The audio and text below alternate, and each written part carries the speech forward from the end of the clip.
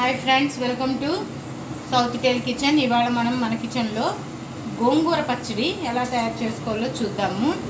దీనికి కావాల్సిన ఇంగ్రీడియంట్స్, ముందుగా మెయిన్ ఇంగ్రీడియంట్ గోంగూర, ధనియాలు, చిన్నుల్లిపాయలు, 2 టమాటాలు తీసుకొని చిన్నగా ముక్కలు కట్ చేసి పెట్టాను, జీలకర్ర, ఎండు కారము, ఉప్పు. ఇవే ఫ్రెండ్స్ దీనికి కావాల్సిన ఇంగ్రీడియంట్స్. ఇప్పుడు మనము స్టవ్ ఇందులో ఆయిల్ పోసుకున్నాము. 3 స్పూన్స్ ఆయిల్ వేసుకుందాం మనం ఇక్కడ.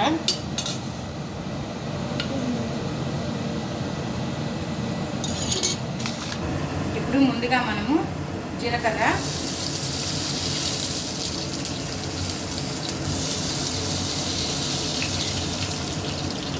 ఒక 2 స్పూన్స్ ధనియాలు,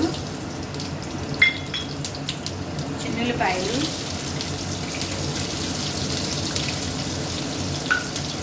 టమోటాలు,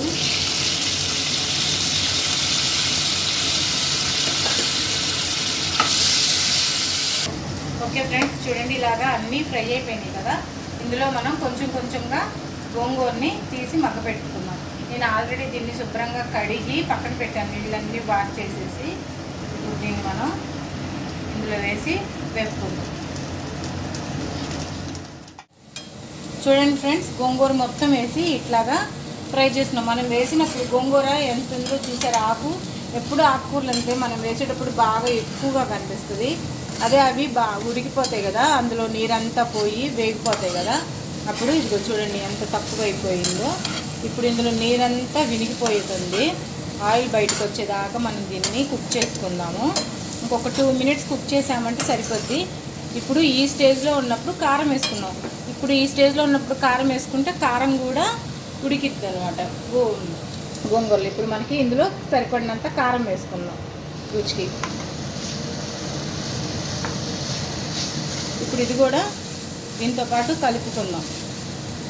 చక్కగా మొత్తము ఫ్రై అయిపోయింది. ఇప్పుడు దీన్ని నేను స్టవ్ కట్టేస్తున్నాను.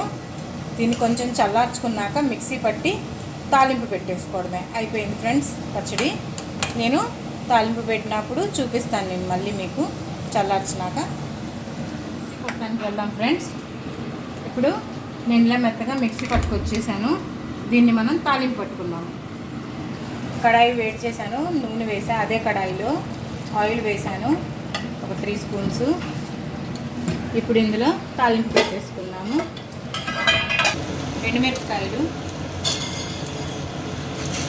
ఆవాలు,